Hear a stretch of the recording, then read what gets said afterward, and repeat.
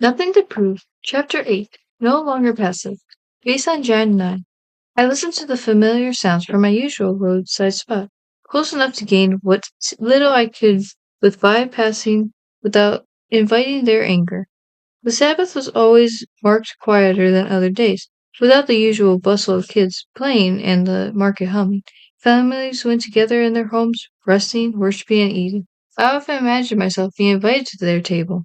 Of the few people who knows me, most consider me a nuisance. I hate it, but I didn't know what else to do. I survived mostly on bread and leftover scraps of food from compassionate passerby. With a full household to feed and clothe, my parents had a little to spare for a grown son who should have been helping to support them. I lived embarrassed, aware of my imposition of the world. A group of men approached. Though I didn't recognize their voice, the questions were all too familiar. People seemed to assume that broken sight meant broken hearing as well. Rabbi, did the man or his parents sin to cause this blindness? I was quiet. Many years ago, I had built defenses against such motives. My skin tightened by the hate and the judgment and the condemnation. I coexist with the poisonous words I regularly heard. I made my home in them. Something had to be true about what they said. I surely deserved this. The rabbi knelt down. I could feel his breath and words close. No one sinned. This happened so the work of God may be displayed in him. I was confused. I knew it was the Sabbath, but I heard him kneeling something together, and then his cool hands wiped the mixture on my eyes. He told me to go in the water and wash my eyes. I sat with mud on my eyes, torn. The walk down to the water was long, and this was ridiculous. As a child, I used to pray to God to heal me, but as an adult, such a hope seemed unrealistic and naive. I had no faith, I had no hope. I had grown comfortable in my misery, just as I numbed myself against the poison of hurtful words. But this rabbi, he had taken a risk for me. I knew the law. If anyone saw him melting the mixture, they would condemn him. No one had ever risked something for me before. Few would even speak to me. I got up, if only out of respect for the man they called Jesus, who defended me and risked his career for me. Step by cautious step, I made my way to the water and washed my eyes. As I lifted up my head, colors, light, and objects flooded my mind. My senses were overwhelmed by the brilliance and beauty. Even the rusty color of the dirt felt startling intense. I wept, I screamed. Many people didn't believe me when I returned to my neighborhood and told the tale. They didn't even recognize me despite the decades I sat at their feet. Only a few of them who had shown me compassion throughout the years, they knew it was me. The Pharisees asked to see me. They demanded to know what happened, and I told them the truth. I didn't want Jesus to get in trouble, but I did want everyone to know about his power. The Pharisees summoned Jesus, and for hours I listened as he defended his decision to heal me, a decision condemned by those who cared more about the possibility of a broken world than the certainty. The Pharisees summoned Jesus, and for hours I listened as he defended his decision to heal me, a decision condemned by those who cared more about the possibility of a broken world than the certainty that I had been healed from a life of misery. I wonder if his missionary is over. Would anyone follow him now? The stream of risk. One of my heroes in life and in faith is my friend, Kim Patton. I met Kim and her husband over 6 years ago and instantly fell in love because she is a passionate leader and she is a woman who takes risks for the good of others. Kim and her husband goes to prisons and leads something called restorative circles, which brings together law enforcement and men and women who have been charged with family violence. Now, Kim is strong and fierce, but she is a little thing. Even so, she still convicts black criminals down across from white police officers and walks them through a reconciliation process in which individuals are given the support they need to overcome their life-controlling issue. This process has been a measurable impact on the crime rate in Austin. She believed the racial divide in the justice system should be a bridge with the relationship and conversation in Jesus.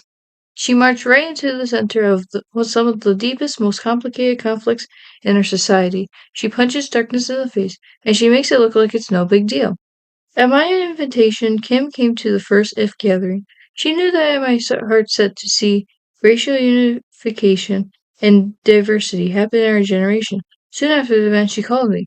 Jenny, do you want to go to lunch and talk about the diversity is going at IF? A few days later, I showed up at lunch, and I thought it would be Kim and me. Instead, four black women were waiting for me. They had all been to the IF gathering. It's one thing to sit down with lunch with a table full of black friends with no agenda, but it's another thing to come to hear how you're doing with diversity in your organization. I was nervous about what I was going to learn, but I was eager to hear from them. The day over tacos, these women began to describe what it felt to walk into a room of women who looked nothing like them and stare at a stage that represented very few people who look like them. They shared courteously and kindly, yet at times it was uncomfortable for them to do so. These women didn't come, but not only did they come that day, they leaned in and wanted to stay and help if mature and grow. After listening, I shared with them my heart for diversity and reconciliation. Kim, at the end of the meal, said, I don't think we need to leave this here. I think we need to start our own reconciliation circle. To which I said, like the one you leave the people who have committed a crime and police? You want to leave that with some women from the suburbs? Yep. Okay, let's do it. A few weeks later, we sat awkwardly down our place of snacks in a local community center. Then we gathered in a circle, several black women, an Asian woman, a Hispanic woman, and a few white women, not one of them knowing what to expect. Allison naively talked about being colorblind, and then another pushed back with the truth of why white women pretend the world is colorblind does not help solve problems. She went on to tell the story of her siblings saving money to buy her mother perfume for her birthday. They saved and rode the bus together to the mall, a mall I know well. When they arrived, they were stared at, as if they were stealing, and they were suspected of shoplifting. In that moment, every white person in the room stopped talking, stopped assuming. We started to start changing. We learned to shut up. We learned to listen. Our courageous, gracious new friends of colors taught us with humility and kindness us what can happen we don't understand of a world of privilege. We talk about things that I never knew it was okay to talk about. Each of these women had more to lose than to gain. Kim fiercely gathered her friends and risked that we might be insensitive, that we white girls might make things worse. We might not care. We might not come. We might not be infected more hurt on our feds who had taken the risk in coming. One of Zach's and my mentors, Rick Taylor, had always taught us that leadership is the willingness to take initiative for the good of others. Kim led for all of our good and for the good of many people we could influence later. Though she could never imagine how God would use us in the future, instead of apathy and comfort and the easier path, Kim initiated for the benefit of many people and led the way for us to grow and change together. And because Kim took this risk to initiate in the coming year, we all watched God pull back the curtain to reveal what He is like and give us a fuller picture of what heaven will be. Personally, I saw parts of Him and parts of life I didn't even know what I was missing. It was beauty, it was creativity, and the glory and nature of uniquely crafted individuals. Learning to appreciate and love what is different instead of fearing it. I had built a world that looked just like me. In moving outside the box I had interact, I saw more of God. I saw more diversity and more good for His kingdom. Moving into unknown and uncomfortable places stretches us and gives us more of God. In various ways, we all have been, like the Pharisees of Jesus' days, creating a world where we avoid those who aren't like us. Maybe we fear we won't be welcomed by others. So we built a box with high walls to keep others from being hurt. Or maybe in our striving to be in the right crowd, we build boxes to keep others out. Some of us have defined our boxes by our stages of life or age group or social standing or material status or domination or political party. We surround ourselves with people just like us. In the flowing, glorious, moving ocean full of God's creative allness, diversity becomes an unhealthy, glunk pond of goldfish. Each of us, as we gather together around that circle, has to set apart any inclinations to be defensive or to prove to others that somehow we all have the answer. We had to be willing to face the reality of our limited perspective and trust that Jesus was enough to break down the hurtful walls we had accidentally constructed, build bridges of sincere friendship and trust as we face the truth, no matter how difficult, bond us together despite our differences. He was enough, and then some. We live in a world where we were getting along, but the curtains of tensions were right under the surface, keeping us from truly experiencing deep friendship with one another.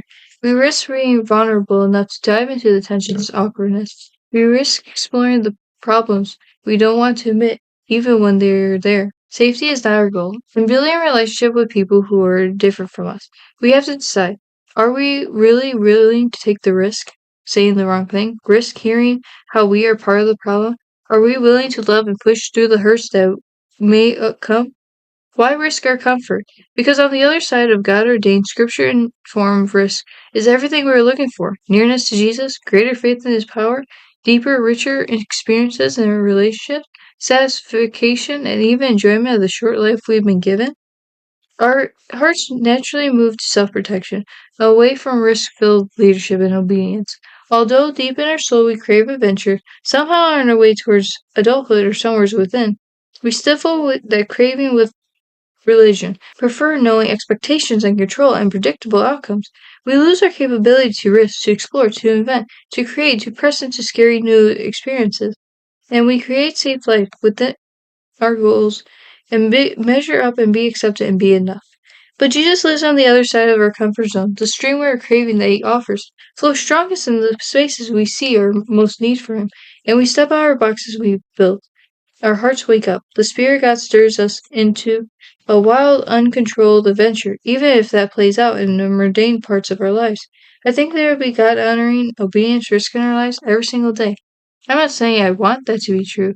I am just saying I believe that Jesus lives on the other side of our comfort. And that's when we get comfortable too long. We start missing our need for God. We tend to make most of our decisions based on our fear rather than our faith. Or we chart our moves based on our pride, believing we're enough for ourselves and we don't need to risk.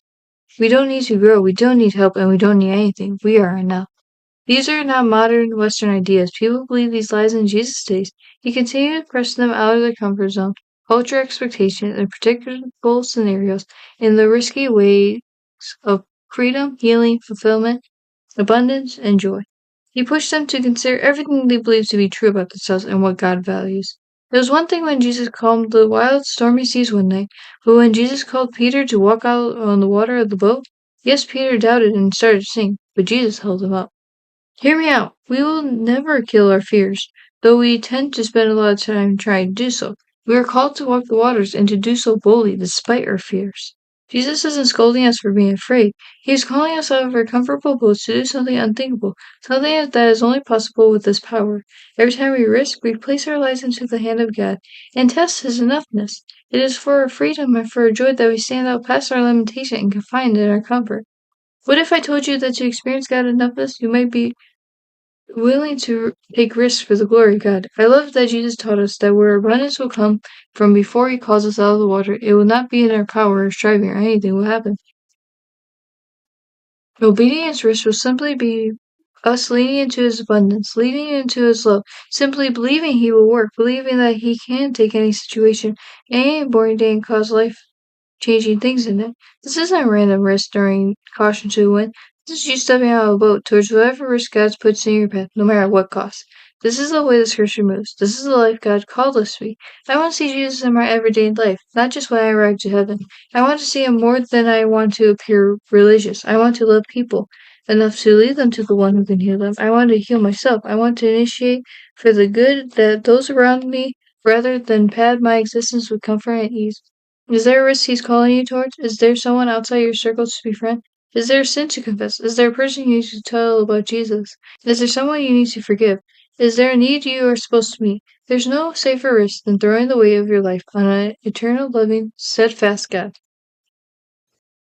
The risky business of healing. After Jesus healed the blind man on the Sabbath, he was attacked with criticism, doubt, hate, and condemnation. He knew it was coming, yet he took the risk. Why? He actually went out of his way to take the risk that day. He bent down and he kneaded mud with his saliva. This is a step that clearly against the Sabbath ritual. For our good and for his glory, he risked for us. He risked his reputation, he risked his followers, because everyone is banking on this is God. And if he sins, and in this moment they believe that he sins, they will not follow him anymore. He risked it all for one man's healing. We each decide whom and how when we choose to love. And we go about our day, we often overstep the sinners, the broken ones, as if they deserve to be in that position. Like the religious people, we think we need to judge when it's our job to point out the way to healing and participate in the process. Jesus didn't heal the blind man on the spot. The beggar had to walk down the water and wash his eyes. He risked hope. He risked receiving the love Jesus has for him, choosing to let down the walls of self-protection he enrigged. Maybe you've been called to risk big life decisions, to adopt, to change jobs, or to go overseas. But we also find ourselves called to do risk in the small things, like the risk to rest when tests and worries call our name, or the risk to forgive when the wounds go deep, or the risk to hope when logic says to give up. The small risk can be tricky. Sometimes make a big, elaborated life decision that you know God called you to actually easier than forgiving a friend who has hurt you or risking being vulnerable with your small group. The blind man chose to take the risk. He walked down to the water by himself, and on the other side of the risk, he found healing. Instead of celebrating, the Pharisees were ticked that Jesus broke the law. Their vision and compassion were clouded by determination to prove how great they were. Jesus wasn't having it. He said to them, "For judgment I come into the world, and for those who do not see them, and those who may become blind." Jesus highlights the people who are willing to risk everything to see, and the people who think they already do see, yet they are blind. The people who think they can see but are actually blind, think they are capable, think they are adequate, think they are in control, think they do not need, think God has made them special and better than others, and thinks they know all the answers to people's problems. The people who will see because of his healing will sees their weakness, sees their inadequacy, see their power, see the need around them, and see God's infinite ability to meet all those needs. Jesus was clear. I came for the sick, those who are well, and those who think they actually see, have no need for physician. Jesus risked for the healing people, and so should we. He risked everything and busts through man-made religion and rules to heal a man. Everyone saw it as a burden. Jesus healed a blind man on the Sabbath, so that today you are no longer in chains. So yet you don't have to wonder for the rest of the lives God sees your brokenness of one individual and risk everything for your healing. He wants us to know his ways are good. The Sabbath, do you even know what the Sabbath is for? My plans are for healing, your restoration. Jesus risks everything for your healing, and those who have been healed are called to go and make that healing away. We are to risk for others to be healed, risk for others good, even and especially when we don't feel strong or brave enough to do the test. We still get out of the boat. So many individuals are walking away from church, from God, because people are built religious systems they cannot measure up to. They think they are too broken for God because we have act like we are too broken for us. We have to move from being judges to being healers. God in us is the hope of the world. All for the glory of God. One of the most fascinating gifts of God is the racial bridge building group for their friendship of a missionary leader called Tasha Morrison. Soon after awkward taco, she called me on the phone. Jenna, where are you? It was a rare occasion indeed. I am at the gym. She said, stay there. I'm on my way. I sat just inside the table, and a few minutes later, Tasha walked with a navy and white Hobby Lobby bag the size of Yugo. She held it up to the table. I still had no clue what was going on. Tasha sat down, put her hands on top of the bag, and looked directly into my eyes. Now remember that this is the second time meeting. Jenna, you have a black son. You are awfully white. I think God has put me in your life to help you raise your black son.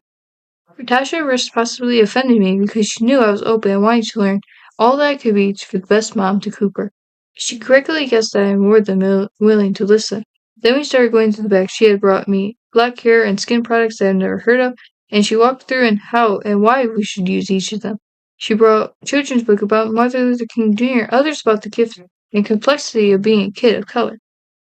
Then I pulled out of the bag black magazine like Ebon and Essence. I tilted my head a bit confused. These obviously were not for Cooper.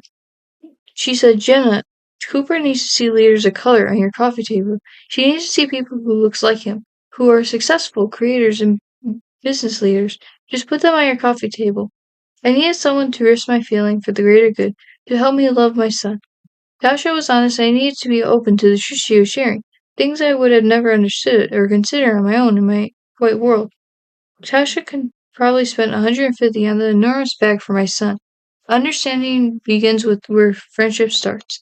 I found that in my relationship with Tasha, she inspired by the risk she was willing to cross those racial barriers and help me do the same.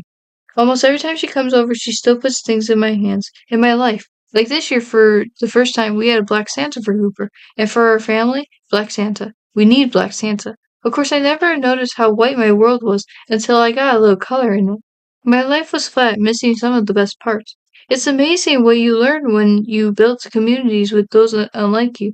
I encounter new words and phrases and ideas I would never encounter without these conversations. Stepping outside of the sameness, expanding my world, I'm a better person for it. Tasha showed up for me and I showed up for her. But we both had to be intentional to get in that place. She had intentionally risked because she believed unity and diversity in our lives was worth it. We had to grant even each other permission to be who we are and say what we think and feel. She gave me the grace and permission to say the wrong thing, and she knew she wouldn't run away. Together we all risk for the glory of God. Maybe your risk isn't starting a racial bridging group, but some sense of risk-filled obedience is waiting for you.